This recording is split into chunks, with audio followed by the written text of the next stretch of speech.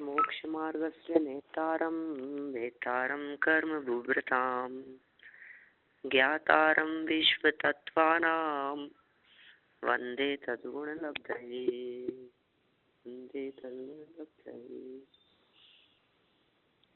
तत्वार्थ सूत्र महाशास्त्र की टीका तत्वार्थ राजवार्तिक नामक यह ग्रंथ है। आचार्य अकलंक देव की न्यायपरक और बहुत तार्किक शैली में लिखी गई अन्य मत समीक्षा करती हुई यह अद्भुत कृति, जिसका हम कुछ दिनों से स्वाध्याय कर रहे हैं। तत्वार्थ सूत्र का पहला ही सूत्र सम्यक दर्शन ज्ञान चारित्राणि मोक्ष मार्ग है। सम्यक दर्शन, सम्यक ज्ञान और सम्यक चारित्र, इन तीनों की एकता वही मोक्ष मार्ग है। और इसी चर्चा को यहाँ इन्होंने थोड़ा सा आगे बढ़ा दिया और अन्य मत का एक प्रसंग बनाकर उसको अन्य मत समीक्षा के रूप में यहाँ प्रस्तुत कर रहे हैं। देखिए, किसी भी वक्ता के सामने या किसी भी लेखक के सामने जो रिसर्च करने वाले होते हैं ना, वो इन बातों का बहुत ध्यान रखते हैं। मैंने रिसर्च पॉइंट ऑफ व्यू से जब इन कृतियों को देखा जाता है तो उनमें ऐसी बातें देखी जाती है कि तात्कालिक परिस्थितियाँ कैसी थी। टोडरमल जी के ग्रंथ पर यदि समीक्षा होगी तो ऐसी समीक्षा की जाती है कि टोडरमल जी के सामने बैठे हुए शिष्य कैसे हैं, कैसे होंगे, वे शिष्य किस प्रकार के हैं। किसी वक्ता के प्रवचन भी उसके सामने बैठे हुए श्रोताओं से प्रभावित होते हैं। यह बात अलग है कि मेरे सामने श्रोता बैठे हुए नहीं है, फिर भी किसी भी व्यक्ति के प्रवचन कभी बहुत गहराई लिए हुए होते हैं, कभी बहुत स्थूल होते हैं, कभी सामान्य विषयों पर चर्चा होती है, कभी किसी विषय की बहुत गहराई से चर्चा होती है। तो माने इन सब बातों को देखकर यह अनुमान लगाया जा सकता है कि इनके सामने जो लोग बैठे हैं वे किस स्तर के हैं। इसी तरह से इस राजवार्तिक ग्रंथ को देखकर, माने तत्वार्थ सूत्र की विविध टीकाओं को देखकर यह अनुमान लगाया जा सकता है कि किस तरह के श्रोता सामने रहे होंगे। मान लीजिए, एक तत्वार्थ सूत्र की टीका है सर्वार्थ सिद्धि, एक तत्वार्थ सूत्र की टीका है राजवार्तिक, एक तत्वार्थ सूत्र की टीका है श्लोकवार्तिक और एक तत्वार्थ सूत्र की टीका विशाल काय अपने पास में अवेलेबल है, वो है रामजी भाई की टीका। अब जब अपन इन सभी टीकाओं को देखते हैं तो इनमें से राजवार्तिक को देखने से अपने को पता लगता है कि अरे यार, सर्वार्थ सिद्धि के सामने ऐसे नहीं थे श्रोता। यद्यपि वो भी न्याय शैली में लिखी गई है, फिर भी मत मतांतरों की इतनी समीक्षा नहीं है जितनी राजवार्तिक में अन्य मतों की चर्चा की गई है। जैसे रामजी भाई की तत्वार्थ सूत्र की टीका उठा करके देखें तो अपने को बिल्कुल उसमें स्वामी जी के दर्शन होते हैं, समझ लो आप, गुरुदेव शैली के दर्शन होते हैं। या बिल्कुल कितना शुद्ध अध्यात्म की चर्चा की है, कैसे उसमें से अध्यात्म निकाला है।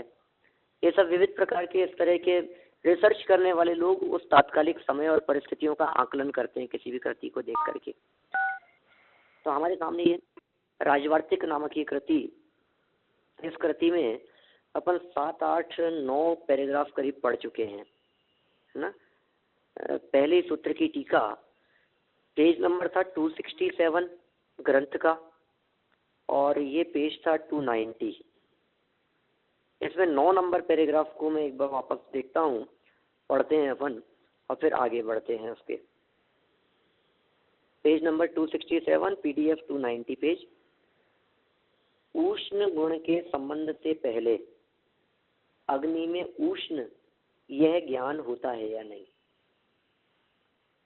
शैली देखिए आप कैसी शैली कह रहे हैं। अन्य मतावलंबी ऐसा मानते हैं, वैशेषिक मत वाले विशेष रूप से वो संबंध को स्वीकार करते हैं। वो कहते हैं उष्ण नाम का गुण अलग था और अग्नि अलग थी, और अग्नि से उष्ण नाम के गुण का संबंध हुआ। क्या कह रहे हैं, दो चीजें अलग अलग है। वो कहते हैं अग्नि अलग है और उष्णता अलग है। अग्नि और उष्णता, इन दोनों में वो संबंध मानते हैं और इस संबंध को वे समवाय संबंध कहकर के पुकारते हैं। वैशेषिक संप्रदाय में एक समवाय संबंध नाम का एक प्रसिद्ध संबंध स्वीकार किया गया है। वैशेषिक मत की बात करें, आप लोगों ने शायद नाम ही न सुना हो, वैशेषिक दर्शन। षड दर्शनों में इसकी चर्चा है। ये प्राचीन काल से चले आ रहे हैं, बहुत सैकड़ों हजारों वर्षों से चल रहे हैं ये सब दर्शन भारतीय दर्शनों में। तो समवाय संबंध कैसा मानते हैं कि एक वस्तु अलग है, वस्तु और वस्तु में रहने वाले गुण, ये गुण और पदार्थ, इन दोनों में समवाय संबंध मानते हैं। माने चीनी में मिठास भरी हो जैसे किसी ने, इस तरह से चीनी और मिठास इनमें समवाय हुआ है। आत्मा और ज्ञान, इसमें समवाय मानते हैं। तो हम उनसे कह रहे हैं, हम उनसे तर्क कर रहे हैं, हम उनसे पूछ रहे हैं कि उष्ण गुण के संबंध से पहले अग्नि में उष्ण ये ज्ञान होता है या नहीं। जब तक उष्ण गुण का संबंध नहीं हुआ था तब तक वो अग्नि उष्ण थी या नहीं थी। अब इसमें दो जवाब हो सकते हैं, या तो हम ये कहेंगे कि वो अग्नि उष्ण थी, या हम ये कहेंगे कि अग्नि उष्ण नहीं थी। दो ही बातें होगी ना। यदि ये कहा जाए कि उष्ण गुण के संबंध के पहले भी अग्नि में उष्णता थी, उष्णता का ज्ञान होता है, यदि होता है तो उष्ण गुण के संबंध की आवश्यकता ही क्या है। फिर तो उष्ण गुण के समवाय की जरूरत ही नहीं है, क्योंकि उष्ण नाम के गुण के पहले भी अग्नि उष्ण है, अग्नि में उष्णता मौजूद है, फिर उष्ण गुण के संबंध की क्या जरूरत है। ठीक है ना। और यदि नहीं तो फिर जो पदार्थ उष्ण है ही नहीं, उसमें उष्ण गुण के संबंध से उष्णता का व्यवहार तो हो नहीं सकता था। ये बात कुछ जैसी नहीं रही हमारे। जिसमें उष्ण नाम का गुण नहीं है, ऐसे अनुष्ण पदार्थ, दूसरी लाइन 9 नंबर पैराग्राफ की दूसरी लाइन, अनुष्ण पदार्थ माने अनुष्ण पदार्थ में उष्ण गुण के संबंध से उष्ण व्यवहार हो नहीं सकता। नहीं तो फिर घड़े में भी उष्ण नाम का गुण प्रवाहित होना चाहिए। भाई उष्ण नाम का तो गुण है, एक गर्म नाम का एक गुण है, उस उष्ण नामक गुण को किसी भी वस्तु के साथ में समवाय करा दो तो फिर वो भी गर्म हो जाना चाहिए, जबकि घड़ा गर्म नहीं होता है ना। तो कह रहे हैं अनुष्ण पदार्थ के उष्ण गुण के संबंध से उष्ण व्यवहार हो ही नहीं सकता, अन्यथा घटादि में भी उष्ण व्यवहार होना चाहिए। यदि अग्नि उष्ण गुण के संबंध से उष्ण है, क्या कह रहे हैं, यदि अग्नि उष्ण गुण के संबंध से उष्ण है तो उष्ण गुण किसके संबंध से उष्ण होगा। अग्नि को तो गर्म किसके कारण बतला दिया, उष्ण गुण के कारण। तो फिर उष्ण गुण में गर्मी किसकी वजह से है। यदि उष्ण गुण में उष्णता लाने के लिए अन्य उष्णत्व का संबंध माना जाता है तो उस उष्णत्व में उष्णता लाने के लिए अन्य उष्णत्व मानना होगा। अपने कल इसकी चर्चा की है अनवस्था दोष के संदर्भ में। फिर उसमें उष्णता लाने के लिए तदन्य उष्णत्व, इस तरह अनवस्था नाम का दूषण प्राप्त होगा। समझ में आएगा आपको, कुछ जटिलता तो नहीं लग रही है। कुछ विषय थोड़ा सा इसी प्रकार का है, थोड़े से अध्यात्म की चर्चा थोड़ी आगे चल करके आएगी। अभी इस प्रसंग के अंदर थोड़ी इसी तरह से चर्चा कर रहे हैं, अन्य मतों की चर्चा उठा करके। हाँ, तो उष्ण गुण में उष्णता अपने आप से आई ना, वही हमारे जानने योग्य बात। अब ये कह रहे उष्ण, अब ये यदि स्वतः मानते हैं, यही कह रहे हैं आगे सेकंड लास्ट लाइन देखिए, यदि उष्ण गुण में स्वतः ही उष्णता है तो फिर अग्नि को ही स्वतः उष्ण मान लो ना, उसमें क्या आपत्ति है। हम उन्हीं से तर्क कर रहे हैं भाई।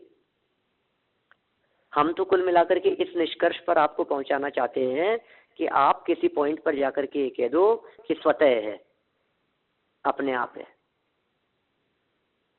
कि इसकी उत्पत्ति किससे हुई कि उससे, उसकी उत्पत्ति किससे हुई कि उससे, उसकी उत्पत्ति किससे हुई कि, तो आप कब तक पूछे, वो तो अपने आप ही है।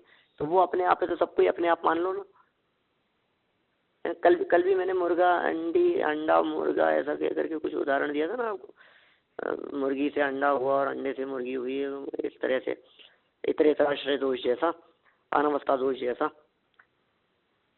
सृष्टि किसके आधार से टिकी है, तो उसके फन पे टिकी है, फिर वो किसके आधार से, जल के आधार से, कि वो पृथ्वी के आधार से, कि वो किसके आधार से, वो तो अपने ही आधार से। तो पूरी पृथ्वी और पूरी सृष्टि को यदि अपने आधार से मान लिया जाए तो उसमें क्या आपत्ति है? पंडित जी इसको तो मिलाकर के बता दिया, पर जैसे पानी गर्म बर्तन करते हैं और का पानी गर्म है, उसको क्या बोलेंगे? पानी का गर्म पना तो अलग चीज है। पानी का गर्म पना तो उसमें बाहर से आया है, पानी का गर्म पना उसका स्वभाव नहीं है, और पानी सदाकाल गर्म भी नहीं है, उसका वैभाविक गुण है, ठीक है ना, अनियत स्वभाव है। पानी की उष्णता उसका अनियत स्वभाव है, और पानी की शीतलता उसका नियत स्वभाव है। अग्नि की उष्णता उसका नियत स्वभाव है, परमानेंट स्वभाव है। अग्नि का गर्म होना उसका परमानेंट स्वभाव है, जबकि जल का गर्म होना उसका अनियत स्वभाव है। जैसे मैं आप लोगों से पूछूं, आत्मा में राग द्वेष आदि करना स्वभाव है या नहीं है? बोलिए। नहीं है। नहीं, उसका वैभाविक स्वभाव, वैभाविक भाव है। तो रागादि आत्मा का स्वभाव है या नहीं है? नहीं है। निश्चय से नहीं है वो, और व्यवहार से स्वभाव है? भी नहीं है। व्यवहार नहीं है, वो तो निमित्त मिलने से, जैसे पानी को अग्नि मिलने से वो गर्म होता है, वैसे ही आत्मा को निमित्त मिलने से राग आदि पैदा होता है, पर उसका स्वभाव नहीं है। स्वभाव में उसको अगर निमित्त हटा दो तो वो अपने आप में राग आदि के बिना होगा। ऐसा नहीं है प्रभावेन, ऐसा है एक्चुअल में। वो उसका स्वभाव है आत्मा का राग आदि करना, लेकिन कौन सा स्वभाव है? जैसे घबराना नहीं अभी। जैसे ज्ञान आत्मा का स्वभाव है, वैसे राग आदि आत्मा का स्वभाव तो है, लेकिन कौन सा स्वभाव है? कि अनियत स्वभाव है। मैं देखो आपको बतलाता हूँ। जैसे मान लीजिए आपने कहा कि साहब निमित्त की वजह से राग आदि होते हैं, और निमित्त ना हो तो राग आदि भी नहीं होंगे। अब मैं ये कह रहा हूँ, निमित्त होने से टेबल में राग आदि क्यों नहीं हुए? निमित्त मिलने से पुस्तक में राग आदि क्यों नहीं हुए? क्योंकि पुस्तक में, टेबल में, जड़ पदार्थों में, अचेतन पदार्थों में ये राग आदि रूप परिणमन करने का स्वभाव नहीं है, ठीक है ना। तो किसमें स्वभाव है ऐसा राग आदि रूप परिणमन करने का? आत्मा में ही राग आदि रूप परिणमन करने का स्वभाव है। हाँ, वो जो स्वभाव है राग आदि रूप परिणमन करने का, वो स्वभाव अनियत स्वभाव है। वो स्वभाव परमानेंट स्वभाव नहीं है, त्रिकाल स्वभाव नहीं है, शाश्वत स्वभाव नहीं है। ख्याल में आई ना बात? लेकिन यदि ये आत्मा का स्वभाव हो ही नहीं तो फिर आत्मा संयोगों के कारण भी विकारी नहीं हो सकता। परद्रव्य का संयोग मिलने पर भी विकारी नहीं हो सकता। क्या परद्रव्य का संयोग उसे विकारी बना देता है? करेंगे पंडित जी अगर, तो क्या पानी में भी उसका अनियत स्वभाव है गर्म होने का, ऐसा कहेंगे? अनियत स्वभाव, अनियत स्वभाव। अग्नि के संयोग के कारण पानी गर्म हो जाता है, इसलिए वो पानी का अनियत स्वभाव है। अच्छा ठीक है। हाँ तो नहीं, नियत स्वभाव में पंडित जी जरा अनियत समझाइए ना। देखिए, जो स्वभाव निमित्त के बिना हो वो स्वभाव है नियत स्वभाव। अच्छा, बराबर। और जो स्वभाव निमित्त सापेक्ष हो वो है अनियत स्वभाव। अच्छा, हाँ समझ गए, बराबर। जो स्वभाव परिवर्तित किया जा सके वो है अनियत स्वभाव, और जिसे परिवर्तित न किया जा सके वो है नियत स्वभाव। आत्मा के ज्ञान स्वभाव को बदला नहीं जा सकता। आत्मा का ज्ञान स्वभाव है नियत स्वभाव। बराबर, समझ गए। और आत्मा में होने वाले राग द्वेष विकारी भाव ये है अनियत स्वभाव। आप सोचिए, यदि इसको आत्मा का स्वभाव ही नहीं मानेंगे, अनियत स्वभाव भी यदि हम इसको नहीं मानेंगे, तो कितनी बड़ी समस्या आ जाएगी। फिर तो आत्मा रागी हो ही नहीं सकता, विकारी हो ही नहीं सकता, निमित्त मिलने पर भी नहीं हो सकता, कर्म के उदय में भी नहीं हो सकता। ये नियत स्वभाव और अनियत स्वभाव की चर्चा मैं अपने घर से नहीं कर रहा हूँ, आचार्य अमृतचंद्र स्वामी ने की है ऐसी चर्चा प्रवचन सार परिशिष्ट में 47 नयों की चर्चा करते हुए। आप नए प्रज्ञापन है ना गुरुदेव श्री के प्रवचन, उसमें नियत स्वभाव और अनियत स्वभाव या नियत नय और अनियत नय नाम के 2 नए पढ़े आप। नए प्रज्ञापन में पढ़ सकते हैं, गुरुदेव के प्रवचन है, और परम भाव प्रकाशक नए चक्र डॉक्टर भाड़ेल की कृति है, उसमें पढ़ सकते हैं आप। बड़ा मार्मिक, एकदम तो ऐसे लगता है आप भरी सभा में, मुमुक्षुओं की सभा में ऐसा पूछिए आप राग द्वेष आत्मा का स्वभाव है या नहीं है, सब एक स्वर में कहेंगे कि नहीं, राग द्वेष आत्मा का स्वभाव नहीं है। और फिर हम कहेंगे स्वभाव है, तो कुछ लोग कहने लगेंगे कौन से विद्वान को बिठा लिया यहाँ, राग द्वेष को स्वभाव कहता है। अरे भैया, राग द्वेष को स्वभाव कह रहे हैं, लेकिन सुनो तो सही, कौन सा स्वभाव कह रहे हैं? ये नियत स्वभाव नहीं है, ये अनियत स्वभाव है। ठीक है ना? तो नियत स्वभाव को परिवर्तित नहीं किया जा सकता और अनियत स्वभाव को संस्कारित किया जा सकता है, उसमें संस्कार डाले जा सकते हैं। अग्नि की जो उष्णता की चर्चा चल रही है, ये कह रहे हैं कि उस उष्ण गुण के में स्वतः ही उष्णता यदि मानते हो आप, तो फिर अग्नि को ही स्वतः उष्ण मान लो, उसमें क्या आपत्ति है? अग्नि को ही आप अपने आप उष्ण क्यों नहीं मान लेते हो? देखिए, फिर भिन्न पदार्थ के संबंध से भी प्रतीत होती है, यह प्रतिज्ञा भी नहीं रहती। क्या कह रहे हैं? भिन्न पदार्थ के संबंध से उष्णता, ये प्रतिज्ञा भी नहीं रहेगी, ये बात भी ठीक नहीं रहेगी। इसी तरह आत्मा और ज्ञान, अरे भाई हमें तो अग्नि से मतलब नहीं है और उष्णता से मतलब नहीं है, हमें तो आत्मा और ज्ञान समझना समझाना है। कुल मिलाकर के प्रयोजन तो आत्मा और ज्ञान समझने का है। तो इसी तरह आत्मा और ज्ञान में भी समझ लेना चाहिए। आत्मा और ज्ञान में क्या समझ लेना चाहिए? ऐसा ही समझ लेना चाहिए कि आत्मा और ज्ञान में समवाय संबंध नहीं है।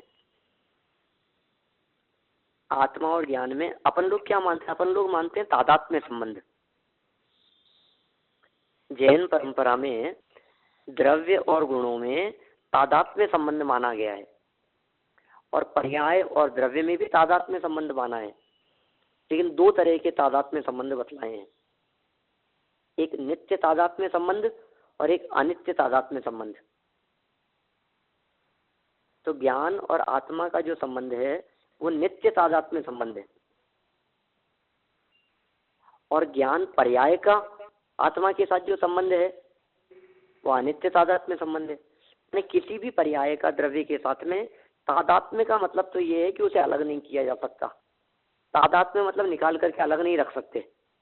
कोई व्यक्ति ऐसा नहीं कर सकता कि अरे साहब आप में तो बहुत ज्ञान है, आप में तो बहुत विशेष योग्यता है, तो फिर एक काम करते हैं, आप में यदि इतना ज्ञान है तो आप थोड़ा सा ज्ञान निकाल करके दे दो ना। देखा कि नहीं, तादात्म्य है, वो एक में एक है, और तादात्म्य और एक में एक होने को ही हम कहते हैं ऐसा संबंध, त्रिकाल संबंध है वो। अब कोई कहे कि त्रिकाल संबंध है, फिर मति ज्ञान का आत्मा के साथ में कैसा संबंध है? तो हम कहेंगे अनित्य तादात्म्य संबंध है। माने मति ज्ञान को निकाल के अलग तो नहीं किया जा सकता, इसलिए तो तादात्म्य है। तो फिर अनित्य क्यों कह रहे हो? क्योंकि वो क्षणिक तादात्म्य संबंध है, वो तादात्म्य संबंध लंबे समय तक नहीं रहेगा, क्योंकि मति ज्ञान श्रुति ज्ञान में परिवर्तित हो जाएगा और कालांतर में जाकर के वो केवल ज्ञान में परिवर्तित हो जाएगा।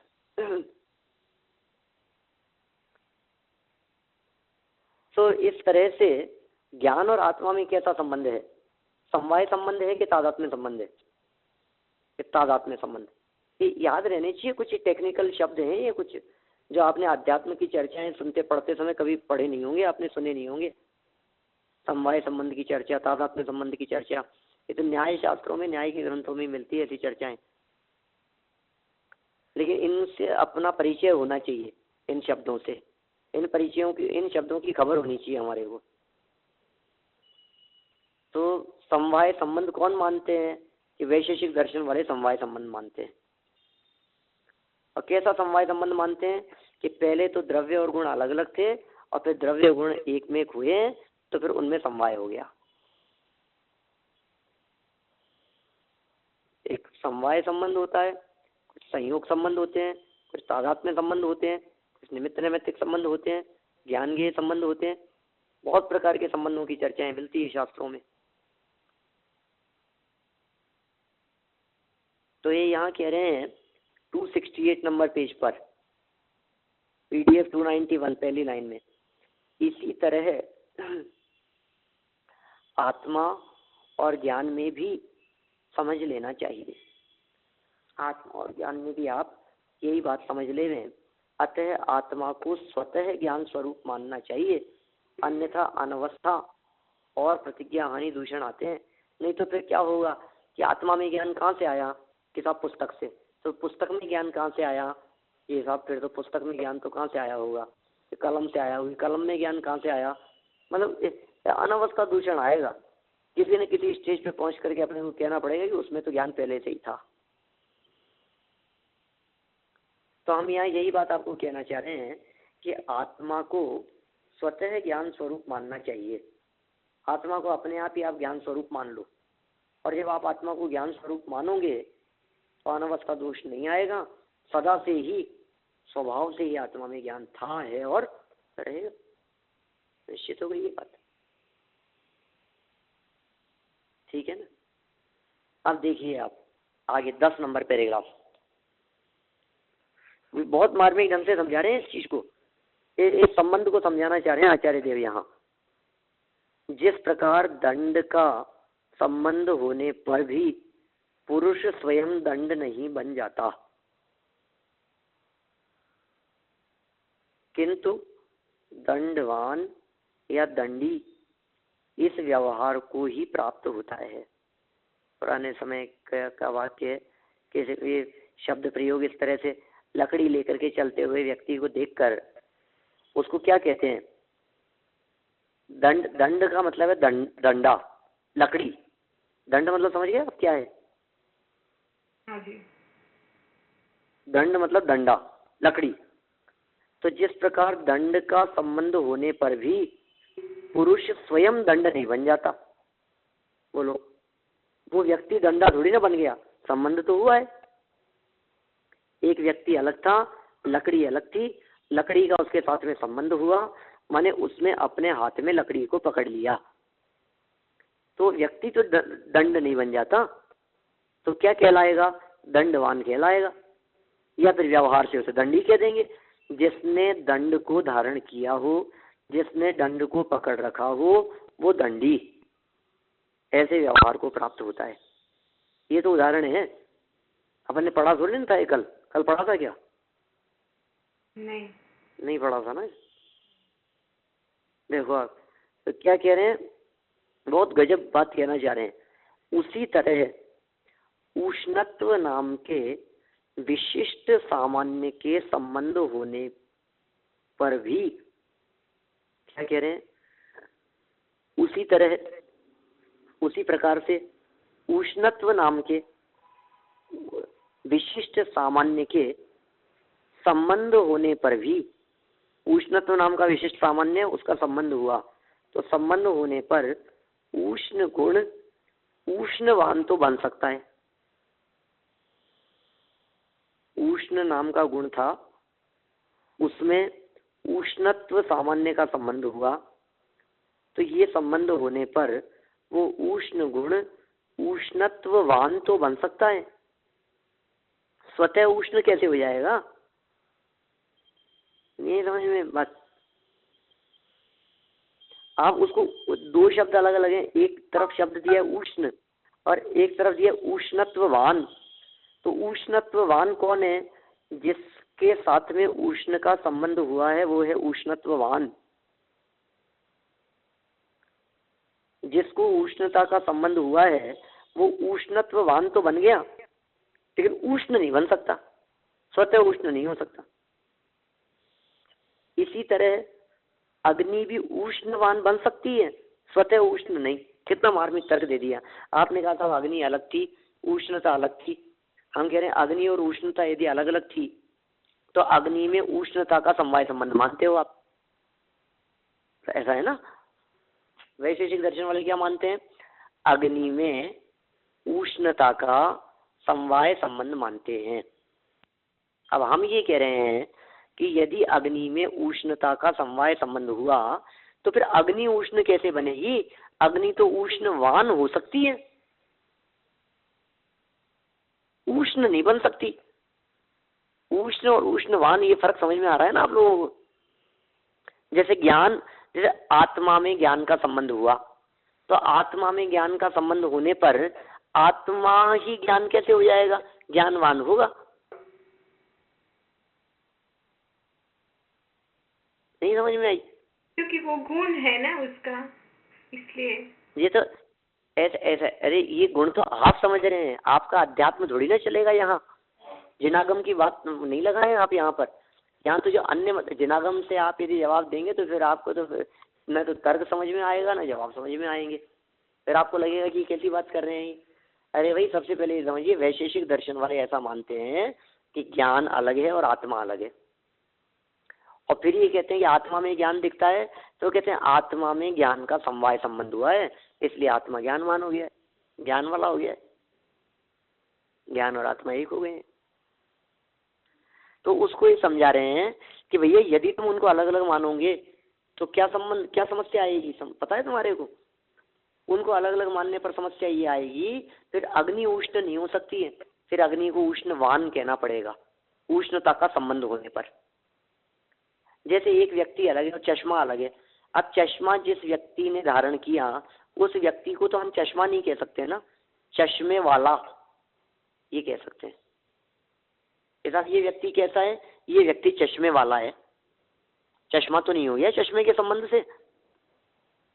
हाँ हमने कहा ये अग्नि है और ये उष्णता है, तो उष्णता का संबंध हुआ तो अग्नि कैसी हो गई? उष्णता का संबंध होने पर अग्नि कैसी हो जाएगी? बहुत धीरे धीरे बोलता हूँ फिर ध्यान से सुनना। उष्णता का संबंध होने पर अग्नि कैसी होगी? उष्णवान, उष्णतावान। अग्नि उष्ण कैसे हो जाएगी? उसको तो उष्णवान होना चाहिए। लकड़ी का उदाहरण देकर के बतलाया ना, दंडवान, वो पुरुष दंड कैसे बन जाएगा? वो व्यक्ति चश्मा कैसे बन जाएगा? वो व्यक्ति तो चश्मे वाला ऐसा बनेगा ना चश्मे का संबंध होने पर। तो अग्नि में उष्णता का संबंध हुआ तो अग्नि उष्ण कैसे बन जाएगी? अग्नि तो उष्णवान बन सकती है। देखिए 10 नंबर पैराग्राफ की चौथी लाइन, क्या इसी तरह अग्नि भी उष्णवान बन सकती है। कब? तीसरी लाइन में कहा था उष्ण गुण का संबंध होने पर। क्या चौथी लाइन में कह रहे हैं अग्नि भी उष्णवान बन सकती है, स्वतः उष्ण नहीं, क्योंकि द्रव्य गुण और सामान्य पदार्थ वैशेषिकों के मत से पृथक स्वतंत्र हैं। वाह, क्यों कह रहे हो साहब इस तरह की? उष्णवान क्यों कह रहे हो आप? ज्ञानवान क्यों कह रहे हो आत्मा को? दंडवान ऐसा उदाहरण देकर के क्यों समझा रहे हो? क्योंकि द्रव्य गुण और सामान्य ये सारे पदार्थ वैशेषिकों के मत में पृथक स्वतंत्र हैं। माने द्रव्य अलग होता है और गुण अलग होता है, ऐसा मानते हैं वैशेषिक दर्शन वाले। मतलब उनमें अनित्य तादात्म्य और नित्य वो नहीं होता है, तादात्म्य वो अलग, मतलब उनमें तादात्म्य नहीं मानते। हाँ, ज्ञान और आत्मा में तादात्म्य संबंध नहीं मानते। ये वैशेषिक दर्शन वालों की बात है। ये न्याय दर्शन वाले कुछ कहते हैं, वैशेषिक दर्शन वाले, सांख्य दर्शन वाले, मीमांसक दर्शन वाले, सब दर्शन वालों की अलग अलग प्रकार की चीजें। नैयायिक अलग कहते हैं। उनमें ही दर्शनों में एक जैन दर्शन भी है। तो इतनी बात समझ में आ गई कि क्योंकि वैशेषिकों के मत में क्या है? द्रव्य गुण और सामान्य ये पदार्थ पृथक हैं, स्वतंत्र हैं। द्रव्य और गुण पृथक पदार्थ हैं, ऐसा वे मानते हैं। सामान्य का क्या अर्थ? सामान्य नाम का भी एक तत्व माना है उनके यहाँ वैशेषिक संप्रदाय में। माने गुण मानते हैं, कर्म मानते हैं, अलग अलग प्रकार के ये द्रव्य माने। जिस तरह से अपने यहाँ जैन संप्रदाय में 6 द्रव्य माने गए ना, पदार्थ, स्वतंत्र पदार्थ, जीव, पुद्गल, धर्म, अधर्म, आकाश, काल, ये 6 द्रव्य हैं। हम ये कहते हैं कि 6 द्रव्य के अतिरिक्त कोई 7वां द्रव्य नहीं होता, द्रव्य 6 ही होते हैं, 7वां होता ही नहीं है कोई द्रव्य। दुनिया में जितने भी पदार्थ हैं वे सभी पदार्थ या तो जीव होंगे या पुद्गल होंगे या फिर धर्म, अधर्म, आकाश या कालाणु होंगे। इन 6 के अलावा 7वां जाति का कोई भी पदार्थ दुनिया में होता ही नहीं है, ऐसा मानते हैं। तो जैसे हम ये कहते हैं, इसी तरह से ये क्या मानते हैं, ये मानते हैं द्रव्य नाम का एक अलग पदार्थ है, गुण नाम का एक अलग पदार्थ है, मतलब वस्तु द्रव्य है ना। इनको तत्व भी कह करके पुकारा है, और एक सामान्य नाम का एक अलग पदार्थ है। तभी इन 3 की चर्चा की ना अभी, एक द्रव्य की चर्चा की आत्मा, एक ज्ञान की चर्चा की वो गुण, और एक सामान्य की चर्चा की। जैसे अग्नि के संदर्भ में इन्होंने कहा उष्णत्व नाम के विशिष्ट सामान्य के संबंध होने पर, ऐसी बात कही। तो द्रव्य, गुण और सामान्य ये वैशेषिकों के मत से पृथक स्वतंत्र पदार्थ हैं।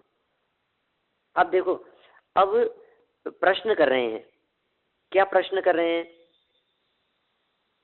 वैशेषिक समवाय नाम का संबंध मानते हैं। प्रश्न क्या है, कौन कर रहा है ये प्रश्न, ये प्रश्न मानिए वैशेषिक दर्शन वाला प्रश्न कर रहा है व्यक्ति। जो व्यक्ति वैशेषिक धर्म वाला है, जो व्यक्ति वैशेषिक संप्रदाय वाला है, वो व्यक्ति क्या कह रहा है, वैशेषिक समवाय नाम का संबंध मानते हैं।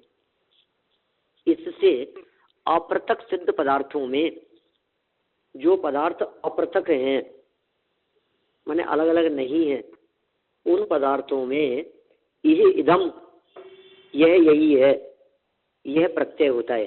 वो लोग तर्क कर रहे हैं अपने से, वो बतला रहे हैं जो पदार्थ अपृथक सिद्ध हो रहे हैं ना, उनमें ये इदम, यह प्रत्यय होता है, और इसी से गुण गुणी में अभेद की तरह भान होने लगता है। माने ज्ञान और आत्मा जो है, ये वास्तव में ऐसा अपने को भ्रम होने लगता है, ऐसा भान होने लगता है कि ये दोनों एक ही है, गुण गुणी में अभेद मान्यता हो जाती है। वो लोग कह रहे हैं ऐसा।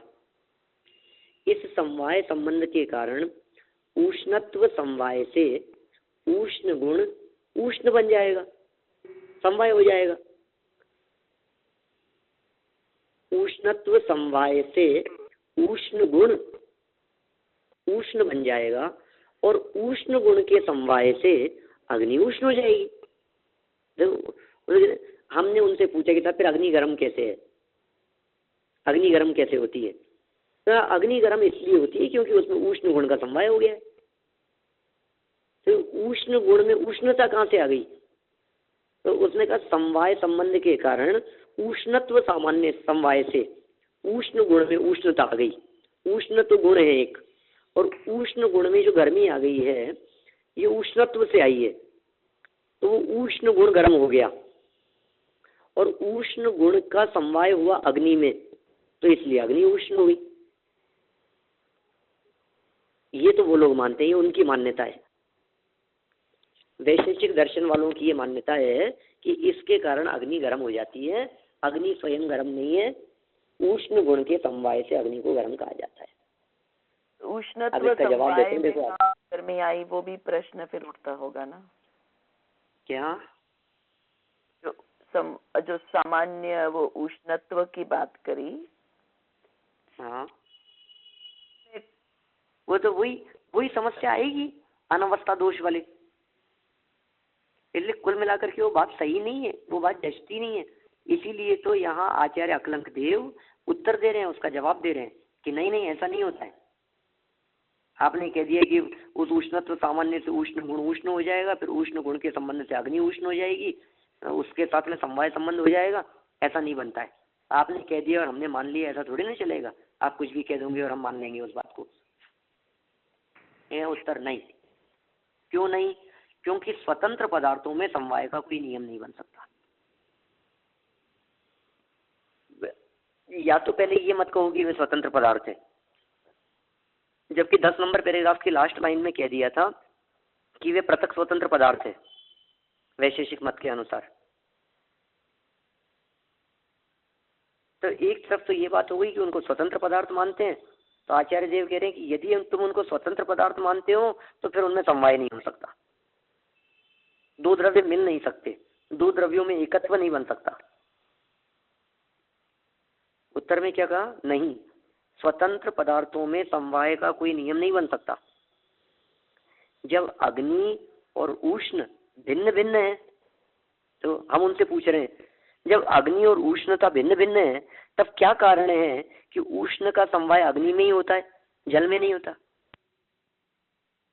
उष्णत्व का समवाय उष्ण में ही होता है, शीत में नहीं होता। कितना सुंदर तर्क दिया है। मतलब आप यदि ऐसे स्वतंत्र पदार्थों में भी समवाय मानोगे तो फिर हम ये कहेंगे कि इसका समवाय उसमें हो जाना चाहिए, उसका समवाय उसमें हो जाना चाहिए। अग्नि का समवाय जो है वो जल के साथ में हो जाए तो जल भी उष्ण हो जाना चाहिए, घड़े में हो जाए तो घड़ा उष्ण हो जाना चाहिए, आत्मा के साथ भी समवाय हो जाना चाहिए। जबकि कह रहे हैं कि नहीं नहीं, दो स्वतंत्र, या तो उनको स्वतंत्र पदार्थ मत मानो, और स्वतंत्र पदार्थ मानते हो तो फिर एक का दूसरे में प्रवेश होना मत मानो, फिर समवाय मत मानो।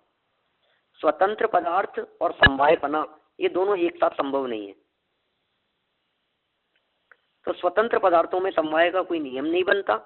और तर्क क्या दिया कि जब अग्नि और उष्ण भिन्न भिन्न है, क्या तर्क क्या दे रहे हैं?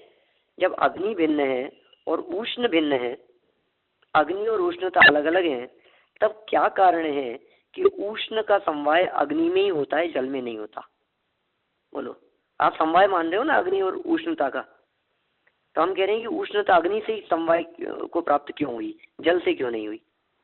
उष्णत्व का समवाय उष्ण में ही होता है, शीत में नहीं। उसका क्या कारण है? अतः उष्णता को अग्नि द्रव्य का ही परिणमन मानना चाहिए।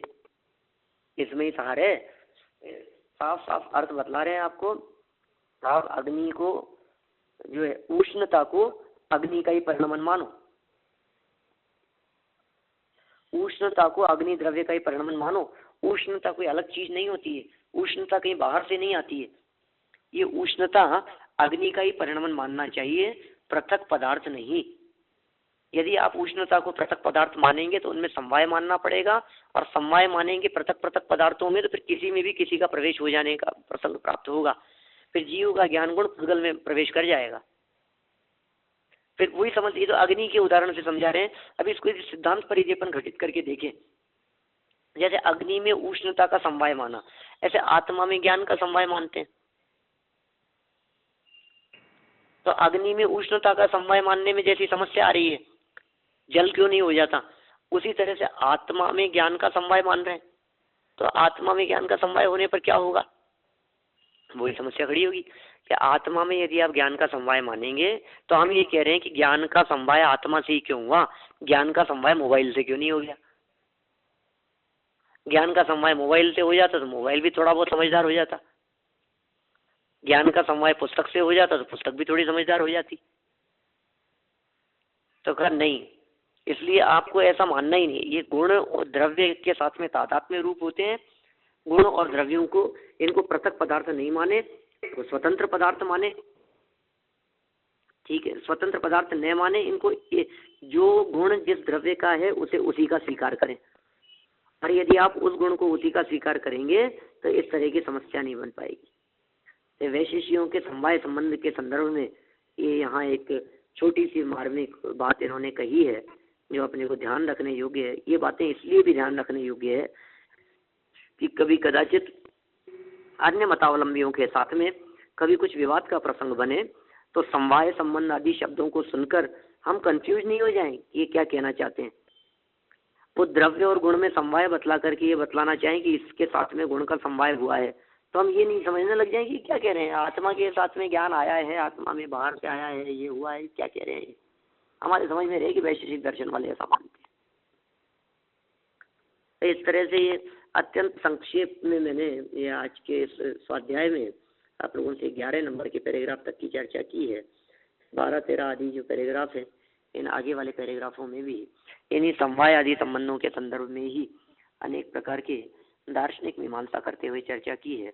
अपन इस प्रकरण को फिर यथा समय आगे चलाएंगे। कल तो फ्राइडे है और अपने को वो गुणस्थान विवेचन का प्रथम गुणस्थान उसके संदर्भ में चर्चा करनी है। ठीक अभी है, हम तो आप लोग उस पूरे प्रकरण को एक मिनट रिकॉर्डिंग स्टॉप कर देते हैं, फिर अपन कल की वो बात कर लेते हैं। अगर आप हमको होमवर्क देना चाहें कौन से पेजेस पढ़ने हैं। नहीं नहीं नहीं, मेरे को कुछ नहीं होमवर्क देना, मुझे सिर्फ इतना सा बतलाना है कि कल के स्वाध्याय में आप लोग पहले गुणस्थान की चर्चा को पढ़ करके आए। अपन कल के पूरे स्वाध्याय में पहले गुणस्थान की चर्चा करेंगे। अभी की चर्चा को यहीं विराम देता हूँ और जनवाणी स्तुति बोल लेते हैं।